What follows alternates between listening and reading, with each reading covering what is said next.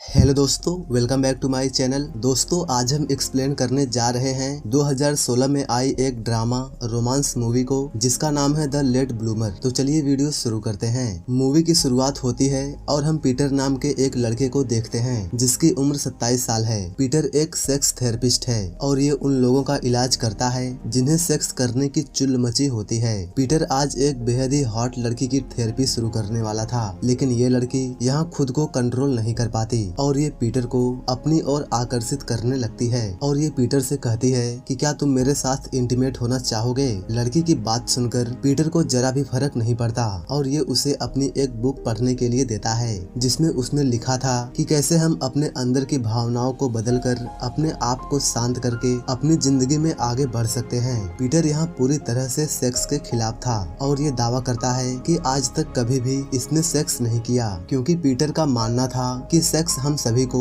अपनी लाइफ के गोल से अलग कर देता है और सेक्स के बिना भी हम अपनी लाइफ को बड़े ही अच्छे से जी सकते हैं। पीटर अपने घर पर आता है जहाँ पर इसके दो दोस्त इससे मिलने आते हैं, जिसमें एक का नाम रिच और दूसरे का नाम ल्यूक होता है। पीटर के ये दो दोस्त पीटर की तरह बिल्कुल भी नहीं थे, बल्कि ये सेक्स करने के लिए हमेशा ही तैयार रहते थे। पीटर इनसे कहता है कि वो घर से बाहर जा रहा है क्योंकि इसकी एक फ्रेंड मिशेल ने इसे अपने घर पर डिनर के लिए बुलाया है, क्योंकि वो पीटर को कई तरह के डिशेस को खिलाने वाली थी। पीटर की बातों से हमें यहाँ पर पता चलता है कि पीटर मिशेल को अंदर ही अंदर लाइक करता है। पीटर मिशेल के घर पर आता है। मिशेल के घर पर आते ही पीटर चार्ली से मिलता है। चार्ली मिशेल का बॉयफ्रेंड है जिसे हमेशा अपने काम की ही फिक्र होती है। पीटर मिशेल से मिलता है जिसने कई तरह की डिशेस को लोगों के लिए बनाया था। पीटर थोड़ी थोड़ी सब डिशेस को चेक करता है और ये सभी डिश पीटर को काफी अच्छी लगती है, जिसकी वजह से पीटर मिशेल को एक रेस्टोरेंट ओपन करने के लिए कहता है। मिशेल को पीटर का ये आइडिया काफी ज्यादा अच्छा लगता है। पार्टी खत्म होने के बाद पीटर अपने घर पर आता है जहां हमें पता चलता है कि पीटर के डैड पीटर के नॉन सेक्सुअल होने की वजह से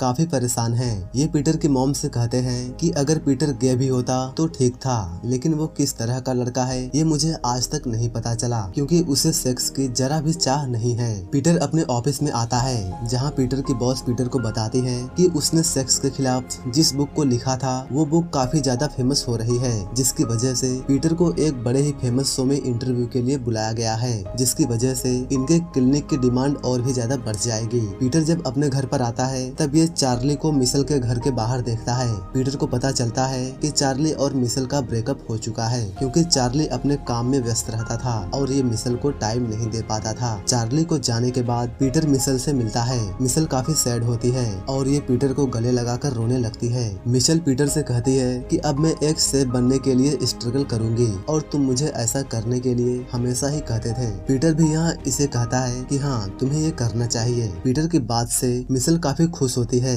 और ये पीटर को किस करने लगती है। पीटर सेक्स के खिलाफ था, इसलिए इतना सब कुछ होने के बाद भी पीटर को कुछ भी फर्क नहीं पड़ता और इसे ये अजीब लगता है, जिसकी वजह से ये मिशेल को सॉरी बोलकर यहाँ से निकल जाता है। यहाँ हमें पता चलता है कि पीटर को कभी कभी सिर दर्द भी हुआ करता है। अब ऐसा क्यों होता है ये आपको आगे मूवी में पता चलेगा। अगली सुबह रिच और ल्यूक पीटर के पास आते हैं और ये उसे अपने साथ बास्केटबॉल मैच खेलने के लिए लेकर जाते हैं। बास्केटबॉल मैच खेलते समय एक प्लेयर पीटर के बॉल पर बॉल मार देता है, जिसकी वजह से पीटर यहाँ पर बेहोश हो जाता है। रिच और ल्यूक जल्दी से पीटर को हॉस्पिटल लेकर आते हैं, जहाँ पर पीटर को फिर से सिर दर्द होता है, जिसकी वजह से डॉक्टर पीटर के सिर का सीटी स्कैन और MRI स्कैन करते हैं। डॉक्टर जब यहाँ पीटर के बॉल चेक करते हैं तो उन्हें पता चलता है कि पीटर के पास बॉल नहीं बल्कि दो छोटे छोटे कंचे हैं, यानी कि इसके टेस्टिकल नॉर्मल साइज से काफी छोटे थे और इसी वजह से पीटर नॉन सेक्सुअल था। अगली सुबह रिपोर्ट आने पर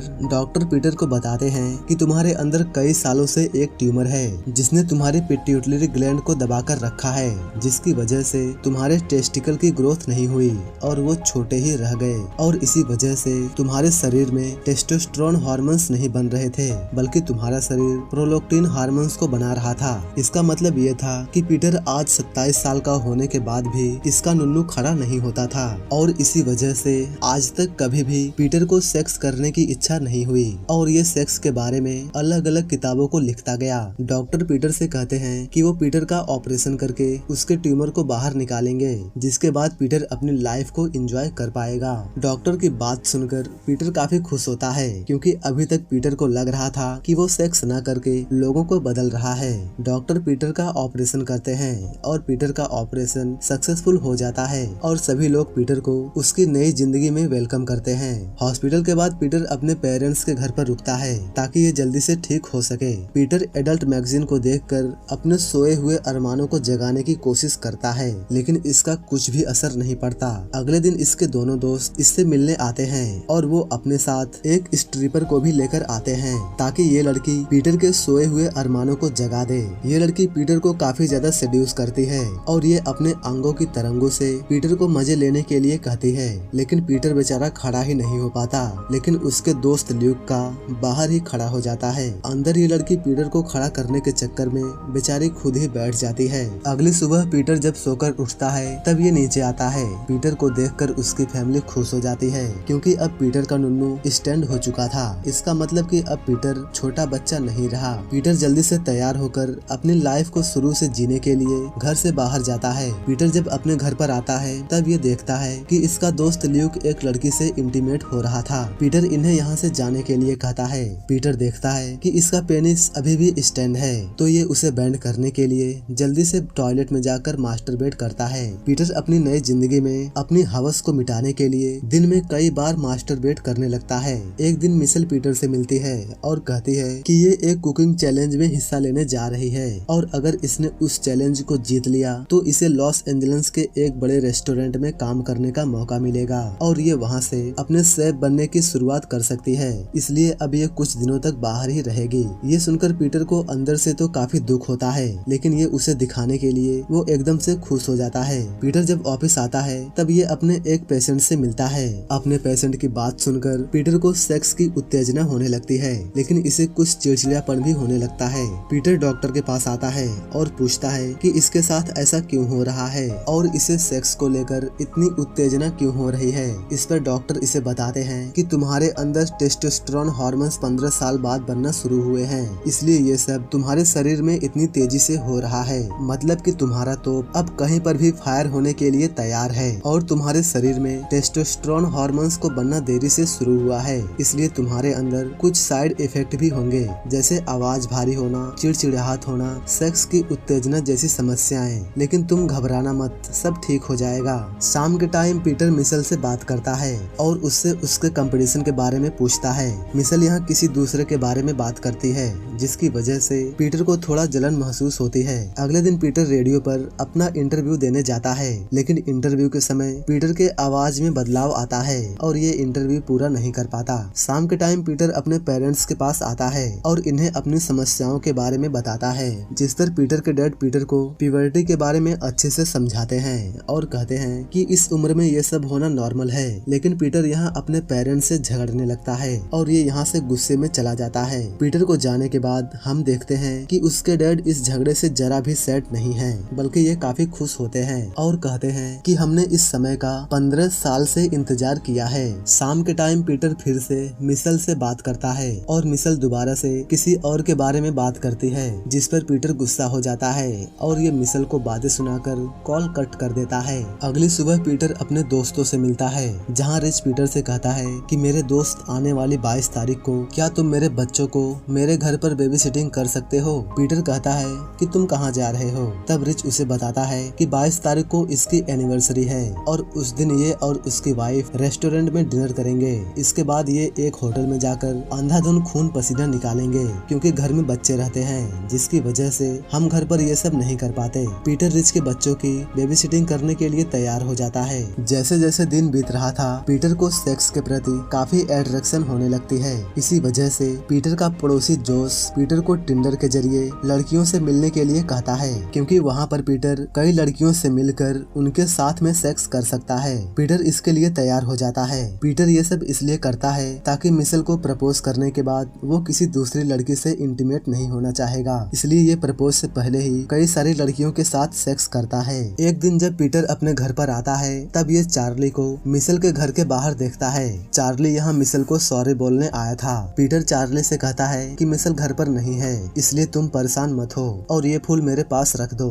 मिशेल जब आएगी तो मैं उसे बता दूंगा कि तुमने ये उसे दिया है। चार्ली को पीटर पर यकीन था, इसलिए चार्ली ये फूल यहीं पर रखकर चला जाता है। इसी रात में मिशेल अपने कंपटीशन मिशन से लौटकर आती है और ये इन फूलों के लिए पीटर को थैंक्स भी बोलती है, लेकिन पीटर मिशेल को ये नहीं बताता कि ये फूल चार्ली इसके लिए लेकर आया था। यहाँ पीटर मिशेल को डिनर के लिए पूछता है, इस पर मिशेल मान जाती है।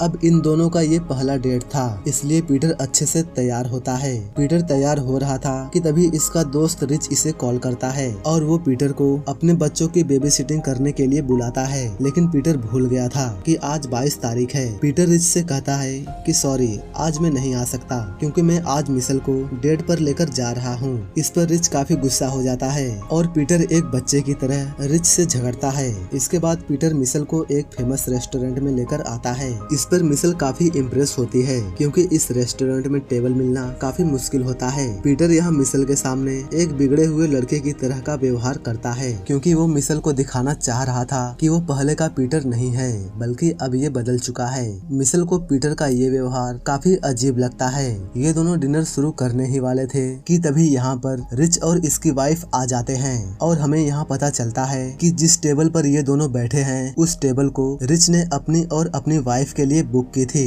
लेकिन पीटर ने उस रिजर्वेशन को चुरा लिया और यहाँ पर आ गया क्योंकि पीटर को लग रहा था कि रिच अपने बच्चों को छोड़कर यहाँ पर नहीं आएगा। लेकिन रिच कहता है कि लास्ट समय पर ल्यूक मेरे बच्चों की बेबी सिटिंग करने के लिए आ गया क्योंकि वो पीटर की तरह एक धोखेबाज नहीं है। ये सारी बातें सुनकर मिशेल यहाँ से उठकर जाने लगती है। पीटर मिशेल को रोकता है, लेकिन मिशेल उससे कहती है कि अभी कुछ देर पहले ही मुझे चार्ली का मैसेज मिला जिसमें उसने बताया था कि वो फूल तुमने नहीं बल्कि चार्ली ने वहाँ पर रखा था। मिशेल पीटर के ऊपर गुस्सा करके यहाँ से चली जाती है। अगले दिन हम पीटर को इसकी एक पेशेंट के पास देखते हैं जो पीटर को अपने फैंटेसी के बारे में बताती है कि इसे सेक्स करना बहुत ही पसंद है। क्योंकि अब पीटर का नुन्नू स्टैंड होने लगा था तो पीटर इसकी बात सुनकर सेक्स के लिए तैयार हो जाता है और ये उसकी थेरेपी को छोड़कर इसके साथ संबंध बनाने की तैयारी में लग जाता है। पीटर पैंट निकालने ही वाला था कि तभी यहाँ पर पीटर की बॉस आ जाती है और वो पीटर को ऐसा करता देख लेती है जिसकी वजह से ये पीटर को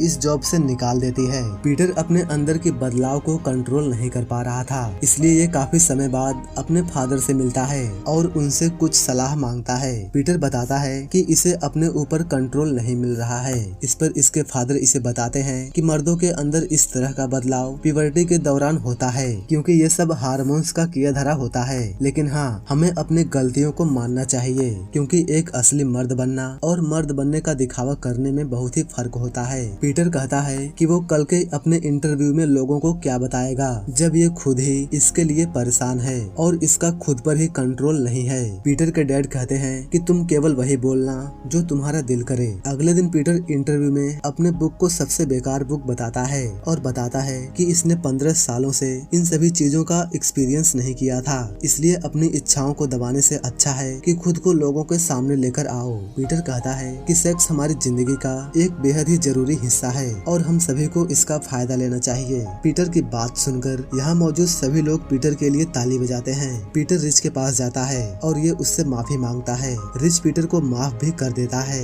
इसके बाद रिच और इसकी वाइफ पीटर को मिशेल के पास जाकर उसे सारी सच्चाई बताने के लिए कहती है और कहते हैं कि वो तुम्हें जरूर पसंद करेगी। इसके बाद पीटर रिच और ल्यूक के साथ मिशेल से मिलने आता है। मिशेल यहाँ चार्ली के साथ होती है। पीटर यहाँ सभी के सामने अपने ट्यूमर और लेट प्यूबर्टी की वजह से हुई मिसअंडरस्टैंडिंग के बारे में सब कुछ बता देता है। पीटर की बात सुनकर मिशेल को इस पर काफी ज्यादा प्यार आने लगता है और ये पीटर के पास आ जाती है और चार्ली बेचारा यहाँ से चुपचाप चला जाता है। मिशेल और पीटर एक साथ ही यहाँ पर किस भी करते हैं। लास्ट सीन में हम पीटर और मिशेल को एक साथ में देखते हैं। मिशेल अब प्रेग्नेंट थी। पीटर यहाँ टीनेज बच्चों को पढ़ा रहा था और अब पीटर ने प्यूबर्टी के ऊपर एक सेपरेट बुक भी लिखी थी और ये मूवी यहीं पर एंड हो जाती है।